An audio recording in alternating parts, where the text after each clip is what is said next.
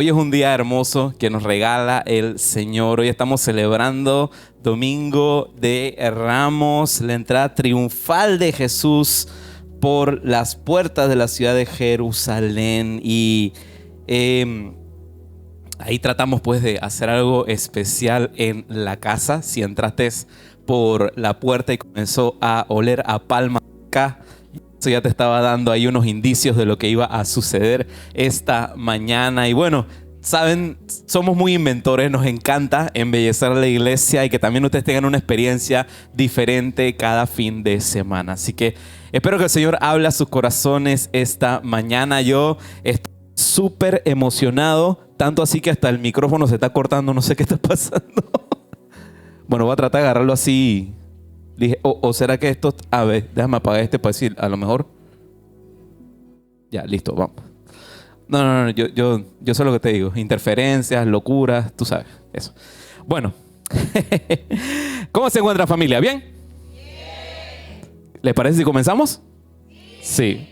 Vamos a dar inicio entonces. Bueno, como saben, estamos celebrando temporadas de Pascua en la iglesia. Hoy es Domingo de Palmas, o como en otras tradiciones se conoce, Domingo de Ramos. ¿Y qué marca el Domingo de Ramos? El Domingo de Ramos es exactamente el comienzo de toda esta clase de sucesos que se desatan horas previas a lo que es nuestra celebración más importante de todas como iglesia, la resurrección de Cristo Jesús. Esto marca el inicio de la última semana de Jesús en la tierra, seguido de ello por la cruz del Calvario y luego culminado con la resurrección de Cristo. Domingo de Palmas inicia con la celebración judía de la Pascua o del Pesaj, así es como se pronuncia, con una J garraspada al final. Prometo que no le escupirá a nadie, porque uno hace como una cosa así al final. Pesaj. Entonces, ¿qué significa Pesaj? Significa paso o salto. Un paso, un salto. ¿De qué? De esta temporada de esclavitud que tenía Israel estando en Egipto. Eso es lo que significa Pesaj. Y para la Pascua en tiempos de Jesús, esta era una de las celebraciones del calendario judío de peregrinaje. ¿Qué quiere decir eso? Que de todas partes de alrededor de Judea, los judíos empezaban a peregrinar para llegar a Jerusalén para poder celebrar en el templo la Pascua, esta celebración importante para ellos. El Domingo de Palmas, en nuestro contexto, describe aquel domingo de Pascua en el que Jesús entra a la ciudad de Jerusalén y es recibido con una gran multitud, con hojas de palmas, todo mundo sacudiéndolas y gritando: Hosana, Hosana, bendito el que viene en el nombre del Señor. Es lo que entendemos por tradición, ¿verdad?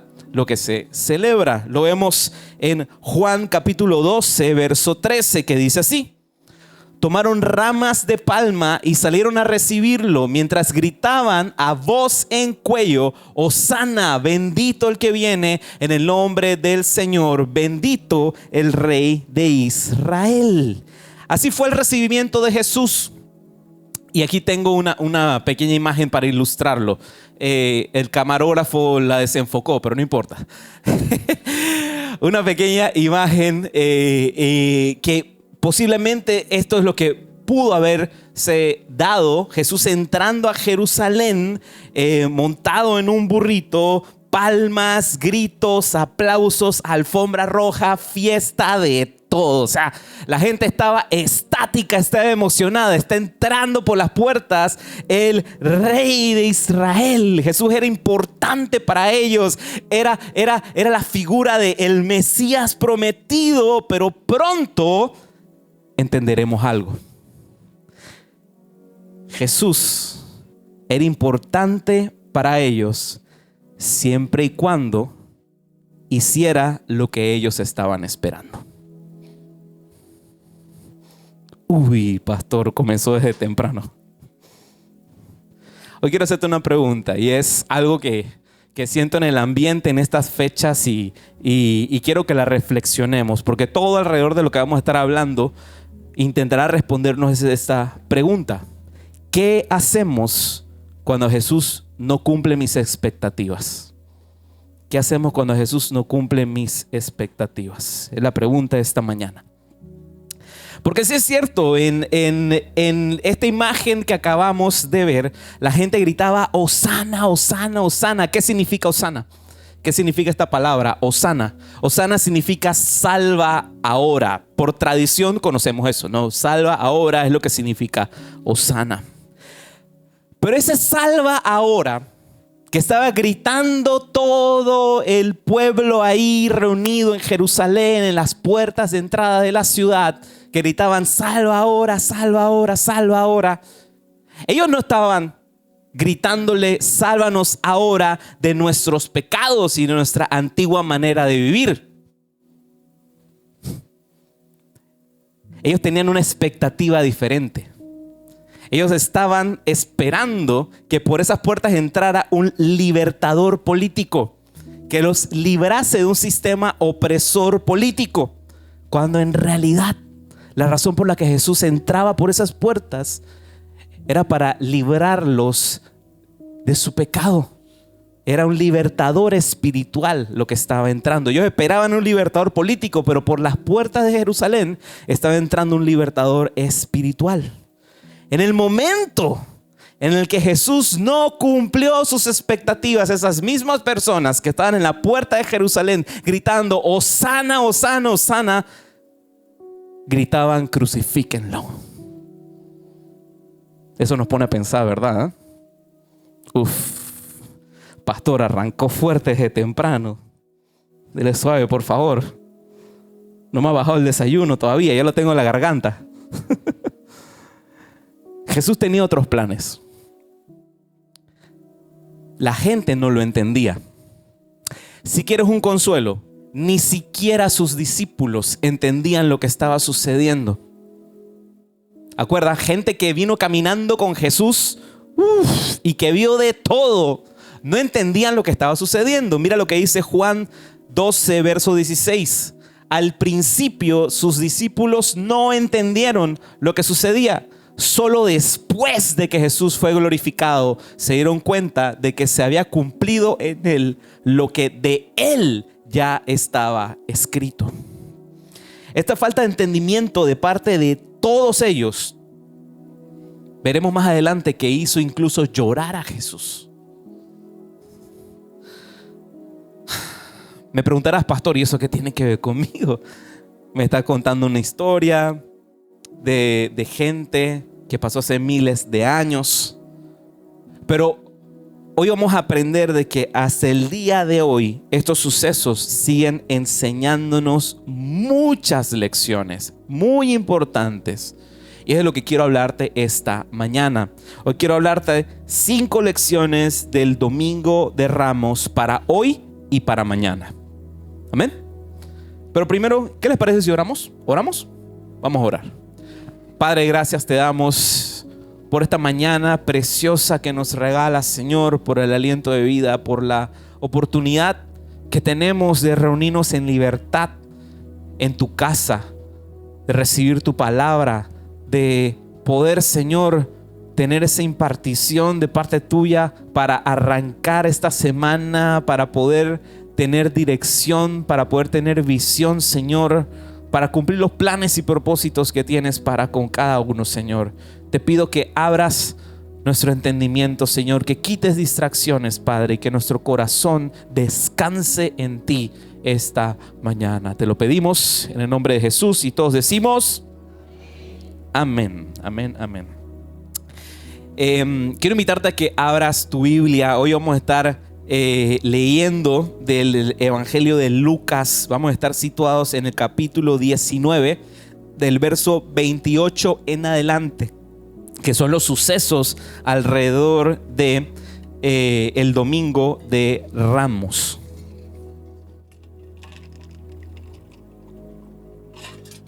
Lucas 19, versos del 28 en adelante.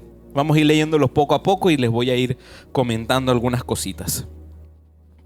Lucas 19, 28, 29 dice así: Dicho esto, Jesús siguió adelante, subiendo hacia Jerusalén.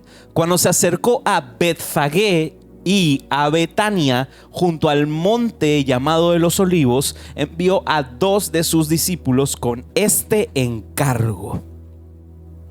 Vemos que Jesús está viajando hacia Jerusalén. Pasa por estas 2 ciudades, por Betfagé y por Betania, 2 aldeas situadas en la ladera oriental del Monte de los Olivos, cerca de Jerusalén. O sea, estaba cerquita del Monte de los Olivos, estaba llegando ahí a Jerusalén.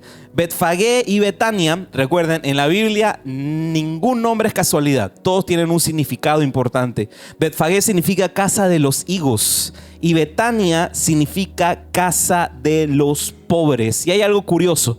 Ahí me van a decir que, pastor, ¿cómo así usted está diciendo que acá en Betania ahí vive puro pobre? ¿Qué pasa? Oye, nosotros venimos de allá es donde estaba el local antes. ¿Sí o no? Más bien, y mira esta curiosidad. Allí de Betania es de donde era oriundo Lázaro y sus hermanas. Ellas vivían allí.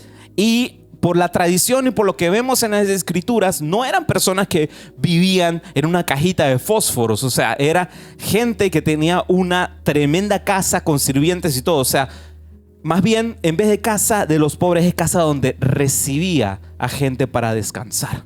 Casa de descanso. Llega Jesús entrando a Jerusalén, en la ladera oriental del Monte de los Olivos, y le hace este encargo a sus discípulos. Les dice lo siguiente, versos 30 y 31. Vayan a la aldea que tienen enfrente, y al entrar en ella encontrarán atado un burrito en el que nadie se ha montado. Desátenlo y tráiganlo acá. Y si alguien pregunta por qué lo desatan, díganle, el Señor lo necesita. ¿Por qué pasó esto?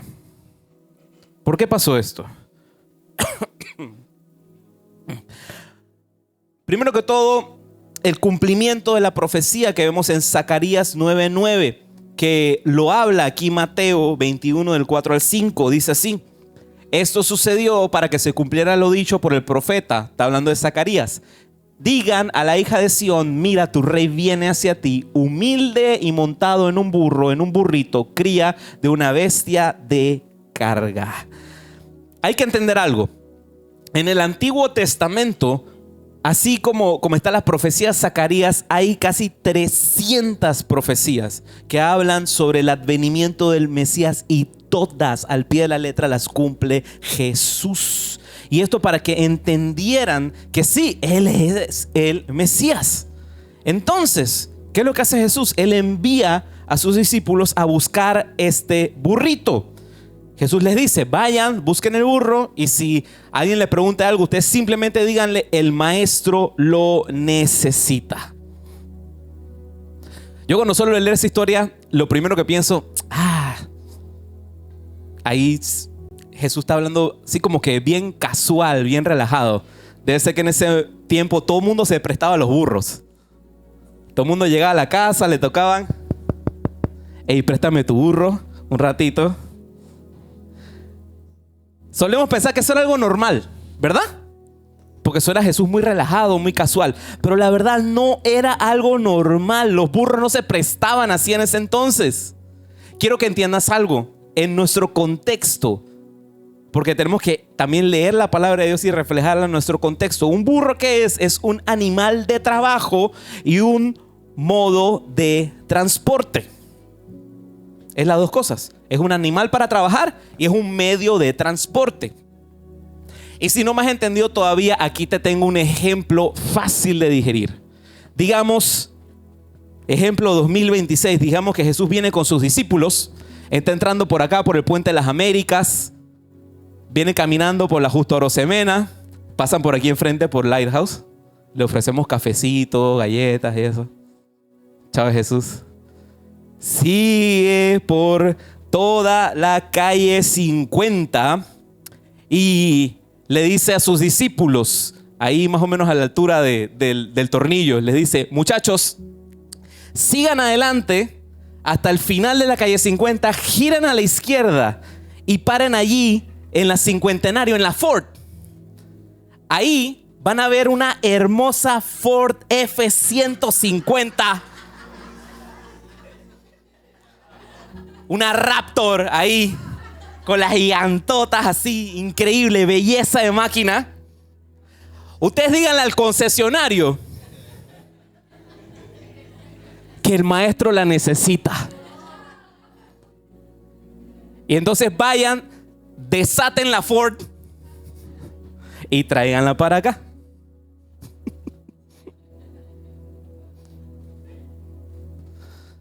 ¿Qué ustedes creen que pasaría?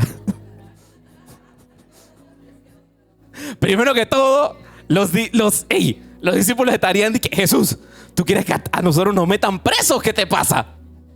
¿Cómo yo voy a llegar a un concesionario y decirle que me voy a llevar el pick-up porque el maestro lo necesita? ¿Por qué Jesús hace eso de ese modo? Es loquísimo. O sea, estamos hablando de Jesús, el Hijo de Dios, Dios mismo. Él bien pudo haber hecho que de repente: no, muchachos, vayan a ese arbusto y ahí detrás hay un burro. Sí, ya lo hizo en un momento con Abraham. Detrás de un arbusto, ahí mismito estaba el cabrito del sacrificio. ¿Por qué lo pudo haber hecho de esa manera? Y aquí es donde viene la primera lección que nos enseña el Domingo de Ramos esta mañana. Dios usa a personas para su obra. Dios usa a personas para su obra. Hay que entender algo: Dios es Dios. Y hay cosas que bien puede hacer por su poder, por su majestad. Es Dios. Pero hay momentos en los que Dios decide no hacer las cosas por su propia mano, sino hacerlas a través de nosotros. A veces Dios pide que colaboremos en sus propósitos, en sus planes. A algunos les dice: ve, como a los discípulos. A otros les dice: da, como el dueño del burro. A otros les dice: ve y da. Pero es porque Dios ama usar a personas para construir su reino. Dios ama usar personas para construir su reino. Entonces los discípulos fueron y hablaron con el dueño del burrito. Hicieron lo que Jesús les dijo y el dueño accede. Ahí vemos en los siguientes versículos que el dueño no refuta, no dice nada. Listo. ¿Qué sabemos que habrá sido? A lo mejor Dios le habló en un sueño o qué sé yo.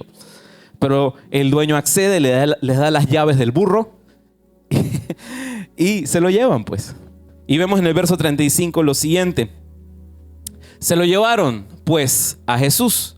Luego pusieron sus mantos encima del burrito y ayudaron a Jesús a montarse. A medida que avanzaba, la gente tendía sus mantos sobre el camino. Al acercarse él a la bajada del Monte de los Olivos, todos los discípulos se entusiasmaron y comenzaron a alabar a Dios por tantos milagros que habían visto. Gritaban: bendito el Rey que viene en el nombre del Señor, paz en el cielo y gloria en las alturas. Para que tengamos un poquito de contexto, Jesús ya era muy conocido. Estamos hablando ya de la parte final del ministerio de Cristo Jesús aquí en la tierra. Al comienzo, recuerdan, le decía a sus discípulos: no le cuenten a nadie ni le digan a nadie estas señales y estas cosas, porque todavía no es el tiempo. Pero ya habían sucedido un montón de cosas. Ya era conocido, por eso lo alababan y le daban trato de alfombra roja, porque decían: wow, es este rabino que hace cosas increíbles, hace milagros. Todos habían visto sus milagros, incluso uno de los más sorprendentes, y pudiera ser también, veremos más adelante en el Evangelio de Juan, que pudo haber sido también una de las razones por las cuales había tanta gente. Porque si no había gente por ya lo que habían experimentado o la revelación de que hey, este es Mesías, pudo haber sido porque habían presenciado el siguiente milagro. Juan 12 del 9 al 11 dice así: Mientras tanto, muchos de los judíos se enteraron de que Jesús estaba allí y fueron a ver no solo a Jesús, sino también a Lázaro, a quien Jesús había resucitado. Entonces los jefes de los sacerdotes decidieron matar también a Lázaro, pues por su causa muchos se apartaban de los judíos y creían en Jesús. En otras palabras, o por un lado o por el otro. Había gente porque estaba maravillada por los milagros de Jesús, o maravillados porque querían ver a un tipo que estaba muerto y que ahora estaba vivo. O sea, era la sensación, era algo loco está sucediendo aquí. La gente que no conocía a Jesús por ser Jesús, lo conocían por el milagro de Lázaro. Esto era la señal definitiva que él era Mesías. Y aquí tenemos entonces a los fariseos con un gran problema entre manos. Porque no solamente estaban pensando, wow, tenemos que ver de qué manera detenemos a Jesús, de qué manera lo matamos, sino que también tenemos que ver de qué manera podemos matar a un muerto. En este caso Lázaro.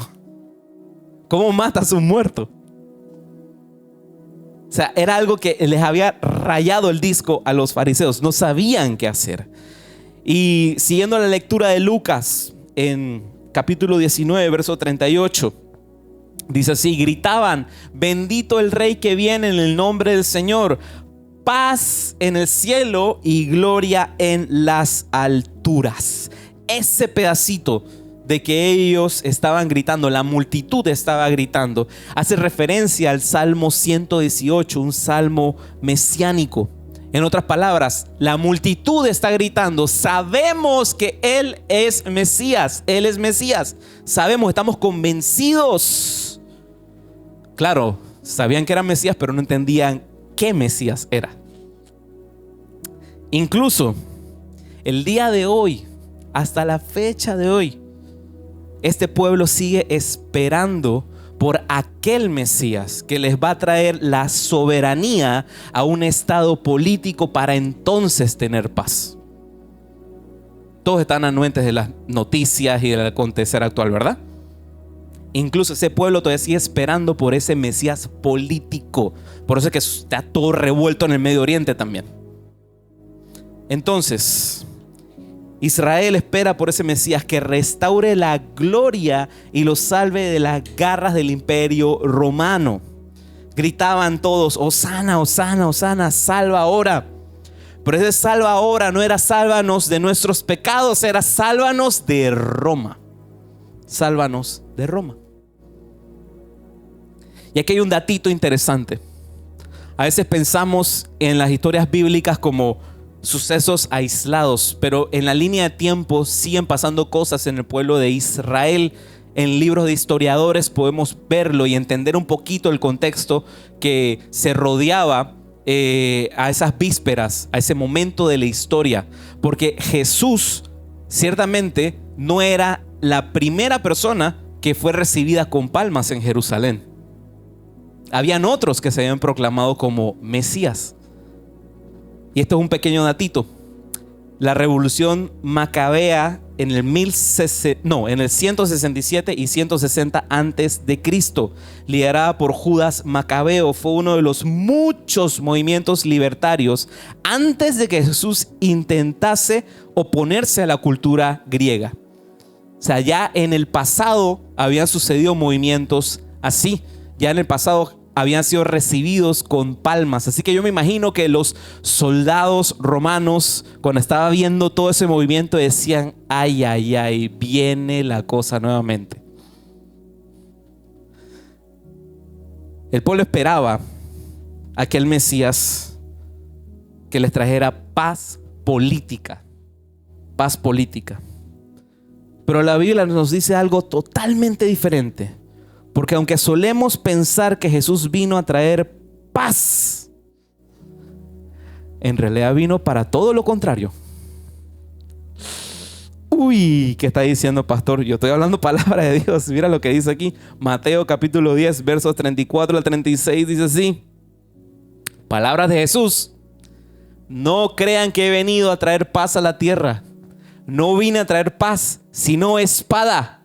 Porque he venido a poner en conflicto al hombre contra su padre, a la hija contra su madre, a la nuera contra su suegro. Los enemigos de cada cual serán los de su propia familia.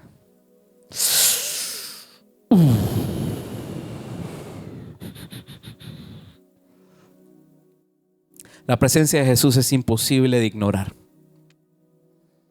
Y cuando Jesús llega a tu vida, es imposible de ignorar.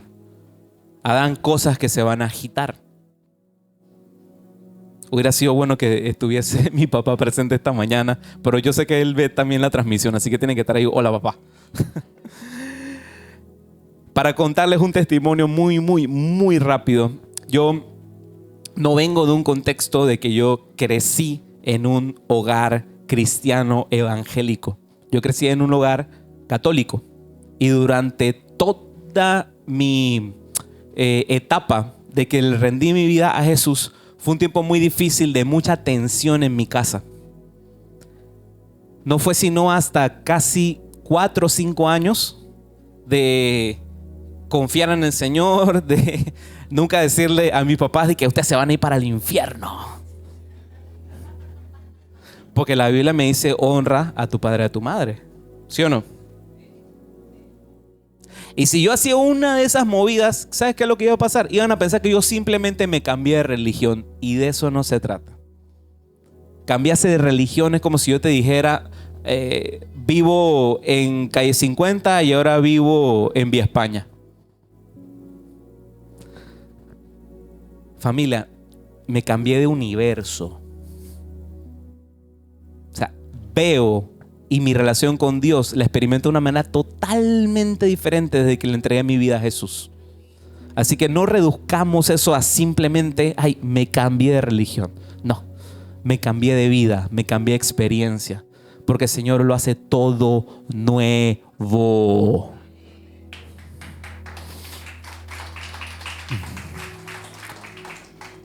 Yo recuerdo en ese tiempo de que, claro, fue muy doloroso. O sea, que tus papás, algo que supuestamente debería ser algo bonito para tu vida, que lo rechacen, es duro. Con el tiempo yo fui entendiendo que hay veces que hacemos cosas muy dolorosas por amor. Mis papás no estaban actuando en ganas pues de querer hacerme la vida de cuadritos. Es que lo que ellos no conocían pensaba que me iba a lastimar. Pero cuando vieron a través del testimonio que todo lo contrario es lo que sucedió, por eso es que ese señor, a ustedes lo ven ahí sentado en las mañanas. No porque yo le esté diciendo: vienes hoy a la iglesia. Hoy tiene la mañana un poco ocupado, por eso que no está aquí con nosotros. Pero porque genuinamente, o sea, tu vida es la que es testimonio para otros. A veces habrá personas de que nunca abrieran una Biblia, pero sí van a poder leer la Biblia de tu vida. Es lo importante del testimonio. No sé por qué estoy hablando de eso. Eso no tiene nada que ver con lo de esta mañana. Pero bueno, si el Señor quería revelar algo a algún corazón, gloria a Dios. El entregar tu vida a Jesús muchas veces no será el fin de tus problemas. Hay veces que son el comienzo. A veces que son el principio de otros. Porque es imposible tener una postura neutral delante de Jesús. O es tu Salvador o es un simple loco. Es imposible estar neutral delante de Jesús. Y como te digo, entregar tu vida a Cristo, a veces pensamos que es el final de nuestros problemas, pero termina siendo el inicio de otros. Y esa es la segunda lección que nos deja el domingo de Ramos hoy. Jesús es digno de adoración, no por lo que Él hace, sino por lo que Él es. Seguimos con la lectura de Lucas, versos 39 y 40 del capítulo 19. Dice así: algunos de los fariseos que estaban entre la gente reclamaron a Jesús: Maestro, reprenda a tus discípulos. Pero Él les respondió: les aseguro que si ellos se callan, gritarán las piedras. Y hasta este punto nos tiene que quedar claro que los fariseos no creían que Jesús era el Mesías.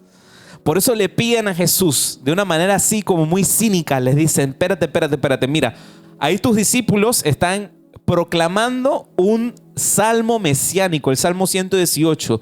¿Por qué tú no le dices que se callen la boca si están haciendo una blasfemia? Que se callen, no pueden estar diciendo eso. Esto ciertamente no les gustaba a los fariseos, estaban ardiditos. Ellos querían que Jesús reprendiera a sus discípulos, pero es aquí donde Jesús le dice, sorry, si les digo que se callen, las piedras mismas me adorarán. Uy, la creación entera me adorarán si yo les digo a ellos que se callen. Salmo 19, verso del 1 al 2, nos lo deja muy clarito. Los cielos cuentan la gloria de Dios. La expansión proclama la obra de sus manos. Un día transmite el mensaje al otro día. Una noche a la otra comparte sabiduría. La creación adora a su creador. Es imposible que la creación no adore a su creador.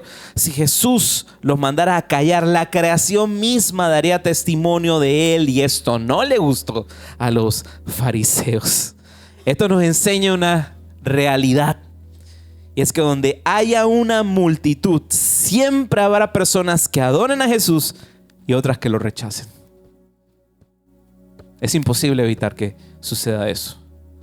Siempre habrá gente que lo quiera aceptar porque Él es, o gente que lo critique porque no hace lo que ellos esperan que Él haga. Y esa es la tercera lección que nos deja el Domingo de Ramos. Siempre habrá críticos, escépticos e hipócritas en la multitud, pero que ninguno de ellos defina tu fe. Que ninguno de ellos definan tu fe. Que la palabra de nadie defina tu fe. Que los dichos de la boca de nadie sea lo que defina tu fe. Que la palabra de nadie defina tu fe. Más bien, que la palabra de Dios sea lo que defina tu fe. Amén. Seguimos leyendo. Versos 41 y 42. Dice así, Lucas 19. Cuando se acercaban a Jerusalén, Jesús vio la ciudad y lloró por ella. Dijo, ¿cómo quisiera que hoy supieras lo que te pude traer paz? Pero esa hora está oculto a tus ojos. Como te comentaba, ellos estaban buscando un libertador político, ser liberados de la opresión de Roma. El pueblo ahí de Jerusalén no entendía que Jesús venía a liberarlos de una opresión mucho mayor. Porque a veces pensamos que solamente lo que está a nuestro alrededor es lo que nos oprime, pero hay veces cárceles que están aquí dentro, que son las que realmente nos oprimen. Ellos no entendían que Jesús venía a liberarlos de una opresión mucho mayor. Porque por más terrible que sea la opresión humana, no existe peor opresión que la del pecado. Porque el pecado es aquello que nos termina separando de Dios, lo que no nos permite tener paz para con Dios. Jesús vino para abrir un camino, para que seamos justos delante del Padre, para Él ser el sacrificio definitivo, no para cubrir, sino para limpiar nuestro pecado. A eso vino Jesús a la tierra. Jesús no vino para traer paz mundial, peace and love. La historia nos ha mostrado que hay muchas guerras, incluso guerras que se han dado por aquello. Él no vino a traer paz mundial, Él vino a traer paz a nivel personal, paz para con Dios. Y es lo que hay muchas veces que nos cuesta entender en nuestra mente, porque pensamos que solamente la tranquilidad en nuestro alrededor es lo que nos trae paz. Pero aquí quiero enseñarte algo. Puedes vivir en el lugar más tranquilo y libre de la tierra y aún así estar oprimido. O vivir en el sitio más opresor y oprimido y aún así ser completamente libre. Depende solo de Jesús. Hace un tiempo les había compartido unas historias acerca de una de las iglesias de mayor crecimiento hasta la historia, hasta la fecha. ¿Y saben cuál es? Es la iglesia clandestina de China. La iglesia subterránea de China. ¿Qué hacen ellos? En China hay sitios en los cuales en túneles terminan congregándose la gente. Hay una historia que hace un tiempo conté. Voy a tratar de ser muy breve porque si no, no nos va a dar el tiempo. Pero era de un misionero que lo habían llamado a que fuera a dar unas clases, unos discipulados a unos líderes de una iglesia en China. Y lo que él relata es bastante curioso, porque en lo que estaban reunidos, miren la locura, era dentro de un cuarto de un hotel, pero para llegar a ese cuarto de hotel tienen que entrar uno por uno y hacer como que estaban quedándose en el hotel. Y una vez todos adentro del cuartito de hotel es que comenzó él a dar la enseñanza.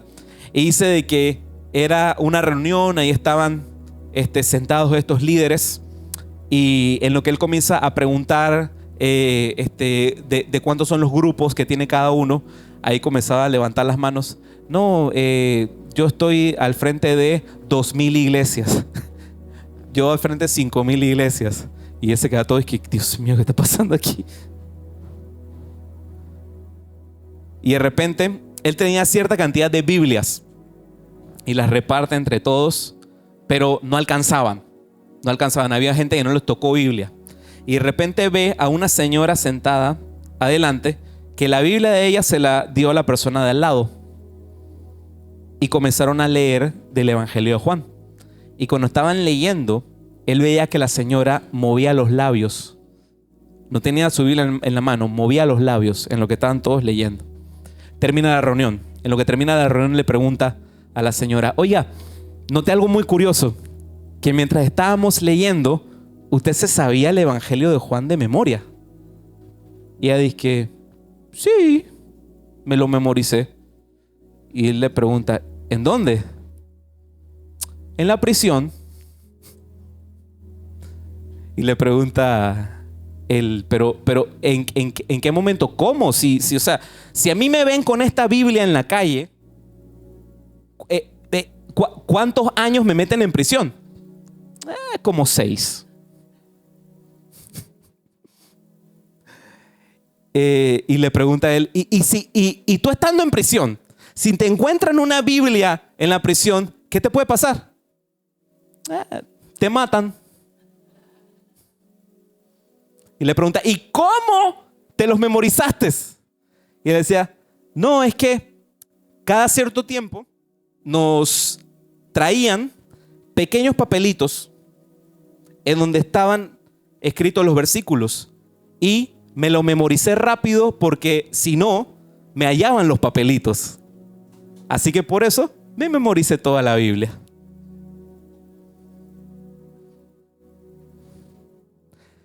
La historia tiene un montón de cosas más, pero te la estoy mega resumiendo. Pero lo que a mí me partió el corazón es que al final le piden a este misionero: a nosotros nos encantaría que usted orase por nosotros, porque sabemos que en Estados Unidos, en el occidente, ustedes pueden leer la Biblia tranquilamente por todos lados, y nosotros quisiéramos vivir eso también.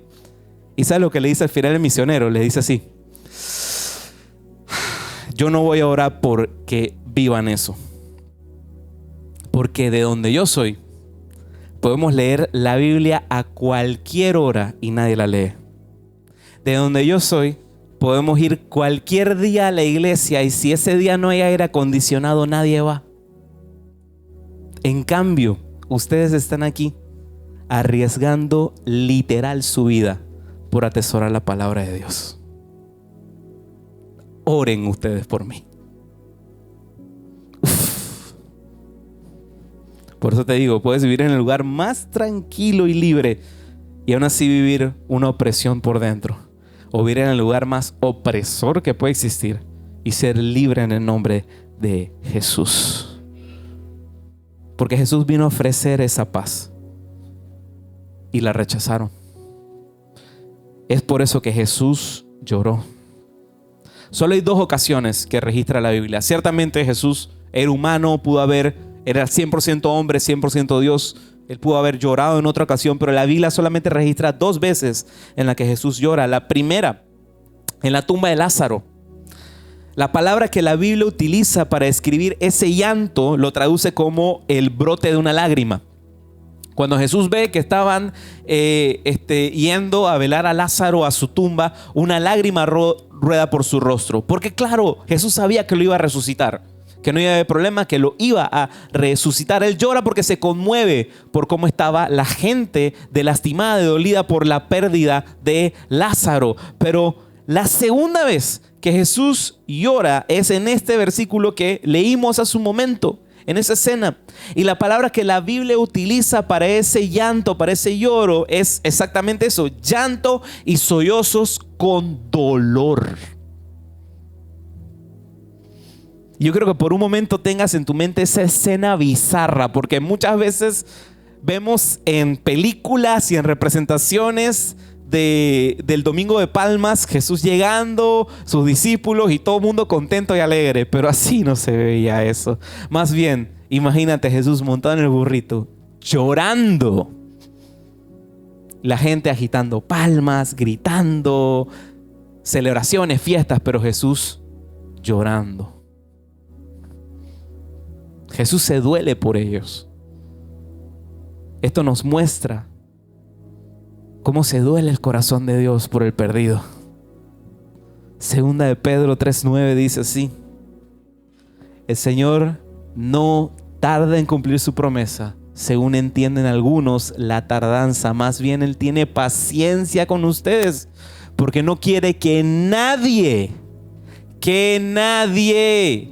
perezca, sino que todos se arrepientan. Jamás está en el corazón de Dios el que la gente se pierda. Siempre va a haber espacio para uno más. Siempre va a haber espacio para uno más. Y eso espero que estén en tu corazón. Siempre va a haber oportunidad para presentarle a Cristo a uno más. Incluso hasta el último respiro que puedas tener, hay oportunidad para presentarle a Jesús a uno más. Yo siempre recuerdo con mucho cariño la abuelita Santos, la abuela de Jamie. Lamentablemente en sus últimos años ella sufría de tanto de Parkinson como de demencia senil y le costaba a veces comunicarse, pero aún así en medio de eso, esa señora cuidadora que le ponían, cuidadora que se volvía cristiana. O sea, no había oportunidad que esa señora desaprovechaba para predicarle a alguien. Era algo impresionante. Yo quiero esa unción para mi vida. Yo quiero esa unción para mi vida. Y aquí viene la cuarta lección que nos deja el Domingo de Ramos. Jesús aún llora por el perdido. Nosotros deberíamos también. No les porté, perdón. Si queremos alcanzar a quienes Dios quiere alcanzar, debemos ser capaces de llorar por los que Dios llora. Tristemente, terminando los últimos versículos, Jesús predice la destrucción de Jerusalén como la conocían hasta aquel momento.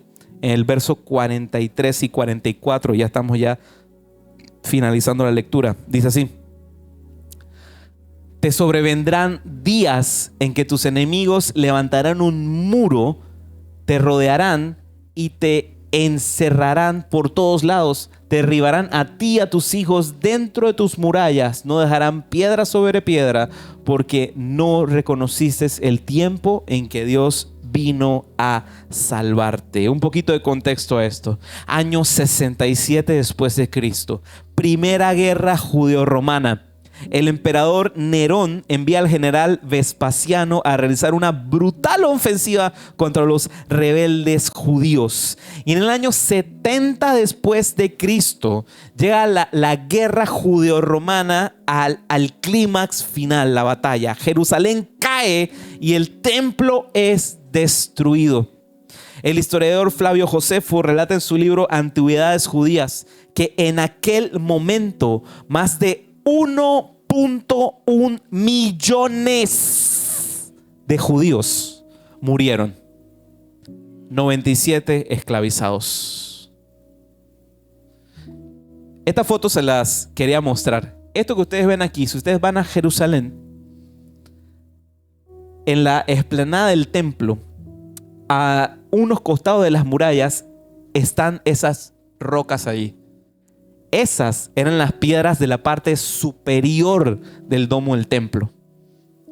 Durante esa guerra, durante esa masacre que ocurrió ahí, ¿sabes lo que hacía el ejército romano? Agarraba los árboles de olivo del huerto de los olivos, le prendían fuego y lo lanzaban al templo. El oro del templo se derretía por el calor. Y cuentan los historiadores de que habían ríos de oro saliendo del templo y solidificándose en el pavimento. Y que los soldados romanos con cuchillos sacaban el oro de las calles para robárselo. Y esas piedras era lo que quedaba de lo que se desprendía de la parte de arriba del templo. Y aún siguen allí como recordatorio. Todo esto por no reconocer quién realmente venía a salvarlos. Y aquí viene la quinta y última lección del Domingo de Ramos. Reconoce a Jesús mientras puedas. Reconoce a Jesús mientras puedas. Ellos estaban esperando ver que sucediera lo que tanto anhelaban para entonces creer en el Mesías. No se trata de ver para creer. No. Se trata de creer para entonces verlo. Y en resumen, para que los tengan claras, las 5 lecciones que nos deja el Domingo de Ramos el día de hoy es: número 1, Dios usa a personas para su obra. Número 2, Jesús es digno de adoración no por lo que Él hace, sino por lo que Él es. Número 3, siempre habrán críticos, escépticos e hipócritas en la multitud, pero que ninguno de ellos defina tu fe. Número 4, Jesús aún llora por el perdido. Nosotros deberíamos también. Y quinto y último, reconoce a Jesús mientras puedas. Esas son las lecciones que nos deja el Domingo de Ramos para hoy. Pero si te habrás dado cuenta, al comienzo te dije que el Domingo de Ramos no nos deja solamente lecciones para hoy, sino que también para mañana, para el futuro. Y la Biblia menciona un hecho maravilloso. Porque sabes, y en esto sí ya voy a pedirle al equipo de alabanza que venga adelante. Y si me acompañan, me gustaría que nos pusiéramos sobre nuestros pies.